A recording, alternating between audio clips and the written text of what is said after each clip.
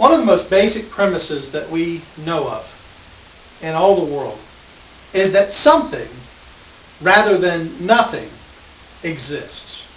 Think about it like this. It was René Descartes who actually said, "I think, therefore I am." And in saying that, what he was saying was, I have the ability to process mentally. I have the ability to think about myself. I have the ability to think thoughts outside myself, in the sense that I'm able to produce a thought about a tree or a thought about my car that's outside. I can think, therefore I must exist. Even if I doubted that I existed, that would be thought and proof that in fact I exist. I think, therefore I am. Now, how does this relate to the subject of God and if God exists? Well, we start out by asking ourselves the question, does anything exist? And we've already answered that. We've said yes. Something exists. I exist. The earth exists. The universe exists. So we start asking the question, what does it take for something to exist? What does it take for something to be? And there are really only three ways for anything to exist. For something to exist, it must, 1, be created. Or 2, create itself. And the third option is to be self-existing.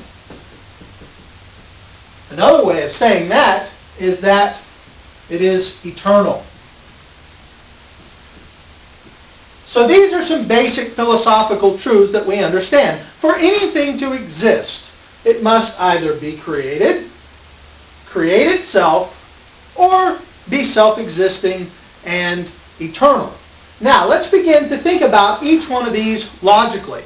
First of all, we can deduce that one of these is an impossibility. One of these is absolutely impossible. It's untrue. And which one would that be?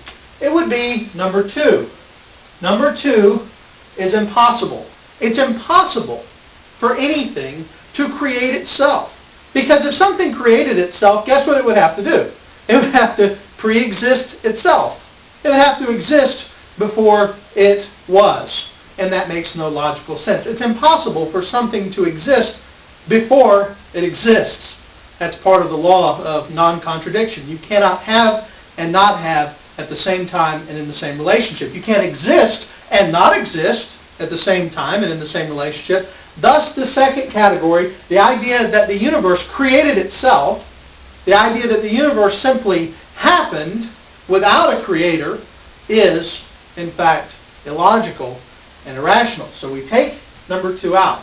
So we say something exists, it has to either be created or be self-existing and eternal.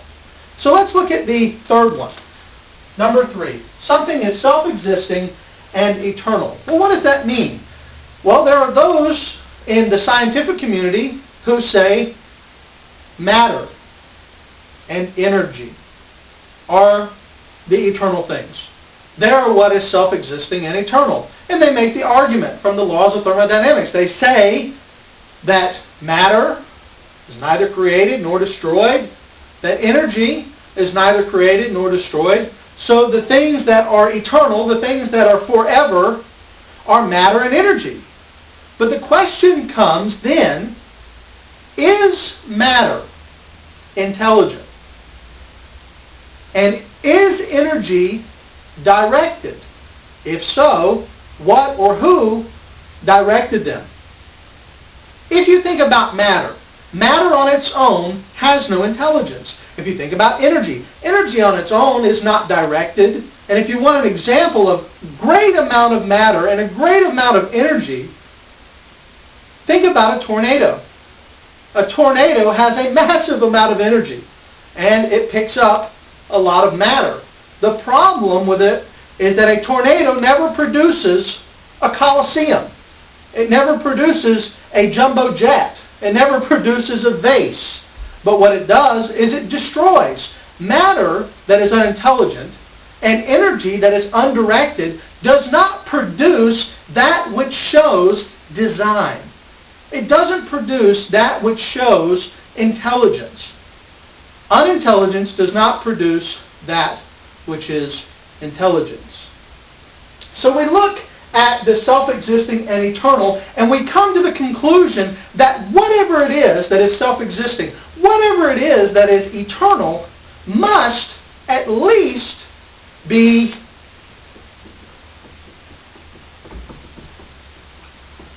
intelligent.